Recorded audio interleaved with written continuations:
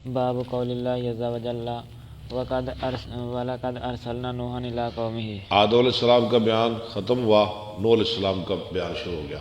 ہم نے بھیجا نوح علیہ السلام کو ان کی قوم کی طرف۔ قال ابن عباس باری الرأی، بادی الرا، ابن عباس مشکل الفاظ کے معنی۔ بادی الرا کا معنی قرآن میں آتا ہے نا، بادی الرا سورہ ہود میں۔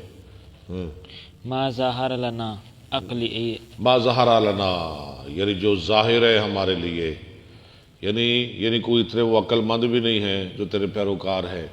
ہاں جی، عقل ہی قرآن میں ہے، ہود سورہ ہود میں، یا سماؤ عقل ہی، ٹھہر جا، رک جا، امسکی امسکی۔ وفارت تنور، وفارت تنور جو 12ویں پارے میں ہے، کیا معنی ہے اس کا؟ نابا الماء، پانی جوش مارنے لگا، پانی ابلنے لگا، جوش مارنے لگا۔ وقال اکرمۃ وجہ الارض، اور اکرمہ کہتے ہیں کہ جو تنور ہے نا وہ کیا ہے؟ زمین کی سطح۔ وقال مجاہد الجودی، الجودی جو لفظ قرآن میں آیا ہے، علی الجودی، ہاں جی، واستوت علی الجودی، جبل بالجزیرۃ، وہ پہاڑ ہے ایک جزیرہ میں، پہاڑ داب کا نام ہے۔ داب کا معنی حال، کداب آل فرعون۔ انا ارسلنا نوحا الى قومه الى آخر سورہ۔ ٹھیک ہے، چلے آگے چلے۔ حدثنا عبدان اخبرنا عبد الله بن يونس عن الزهري قال سالم وقال ابن عمر قام رسول الله صلی اللہ علیہ وسلم في الناس فاثنى على الله بما هو اهله۔ اللہ کی تعریف کی جو اسے لائق ہے۔ ثم ذکر الدجال، ٹھیک ہے، فقال انی لا انذرکموہ، لا انذرکموہ، آپ نے دجال کا ذکر کیا، فرمایا میں تمہیں اس سے ڈرا رہا ہوں۔ وما من نبی الا انذر قومہ، ہر نبی نے اپنی قوم کو اس سے ڈرایا۔ لقد انذر نوح قومہ نوح علیہ السلام نے بھی اپنی قوم کو دجال سے ڈرایا۔ ولکنی اقول لکم فیہ، لیکن میں تمہیں کہتا ہوں اس کے بارے میں ایک بات، قولا لا یقلہ نبی لقومہ تعالی، قولا لم، جو نہیں کہی کسی نبی نے مجھ سے پہلے، لم یقلہ نبی لقومہ تعلمون انہ اعور، تو وہ کیا بات ہے؟ انہ اعورو، تم جانتے ہو کہ وہ کانا ہے، وان اللہ لیس باعور، اور اللہ کانا آور نہیں۔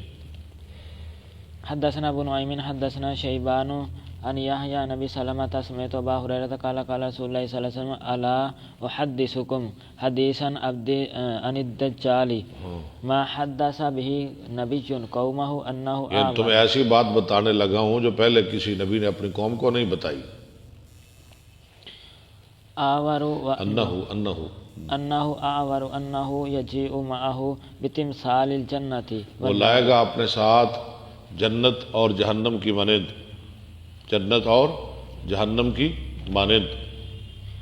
فالتی یقول انہا الجنۃ ہی النار، ہاں، اس کی جنت کیا ہوگی؟